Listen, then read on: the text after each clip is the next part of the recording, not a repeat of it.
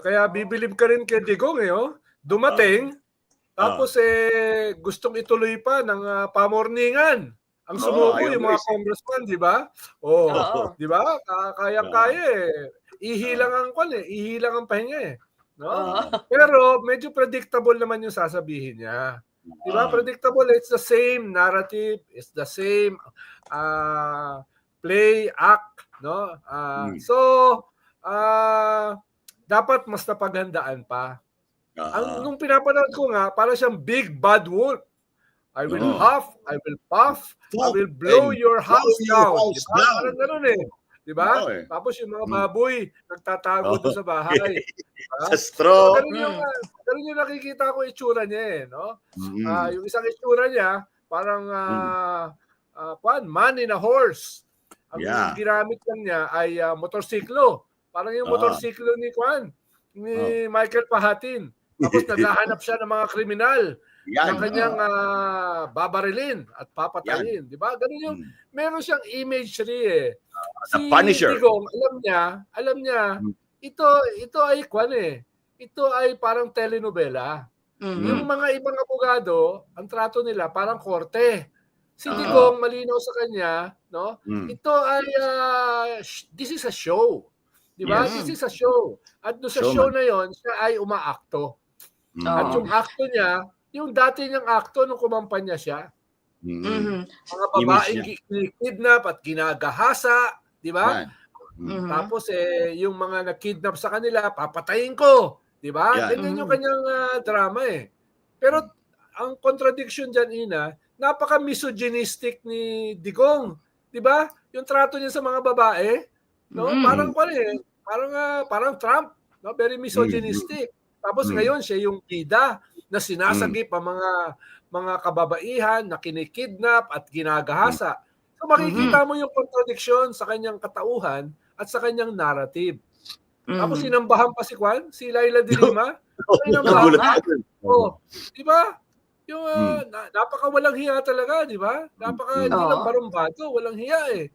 Pero mag-aambahan sa harapan, kaya makikita mo yung misogynistic niya eh. Pinakulong niya na 7 taon, di ba? Na wala namang palang kasalanan. Tapos aambahan pa niya, di ba? Pero nagpe-play siya sa kanyang crowd eh. No? Nilarally niya yung kanyang crowd. Dahil bored na siya sa Davao. Wala namang pumapansin sa kanya ron eh. Ngayon, may pumapansin sa kanya nung lumabas siya sa Senado, nung lumabas siya sa Kongreso, meron siya ngayong entablado para i-rally yung kanyang base at subuking batakin uli yung mga nawala sa kanya. Diba? Dahil dati, 93% ang approval rating yan eh. Ngayon, below 50 na lang. So, yun yung kanyang drama eh. Ang problema, yung Senado na-intimidate. Naging sobrang deferential sa kanya. Mabuti pa yung Kongreso. Makikita mo yung difference ng Kongreso. Yung Kongreso, nilalagay siya sa lugar niya. Hindi ka pwedeng magtaas ng boses. Hindi ka pwedeng magmura. Hindi ka pwedeng magtanong. No? Nilalagay siya sa, pati yung salitang sampal, tanggalin sa ating minutes. No? Tuwing magsasabi siya ng labas sa... GGO. Pati yung yawa. Tanggal lahat. Kaya nilalagay siya sa lugar niya. Ang problema lang ay iba-iba yung kanilang trato, yung mga kongresista. Dapat naghati-hati sila. Ito yung i-emphasize nito. Ito yung babanatan nito. Dapat may ganun eh. Di ba? Parang kanya-kanya eh, no? Yung iba, walang kakwenta-kwenta yung sinasabi. Sabi ko, ano ba sinasabi nito? No? Yung isang kongresista. No? Yung mga tanong niya. No? So, ibig sabihin, talong-talo ni Luna yun eh. Talong-talo ni Luna yun eh. Sabi ko, saan ba nang galing itong kongresistang ito? Sang sako ng gaw-gaw pinupulot yung kanya mga tanong? May mga ganun eh. Diba? May mga ibig mo sabihin, parang abogado nasa korte. This is not a court of law. Diba? Drama ito eh. Yun ang ginagawa ni Digong eh. Playing to the crowd. No? Magaling siya dyan eh.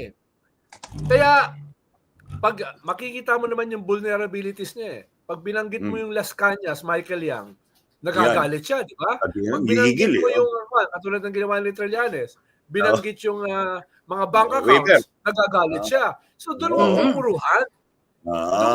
naman yung kanyang vulnerability. Pinanggigigilan niya. Halimbawa, yung ginawa ni Luistro at saka ni Dan Fernandez.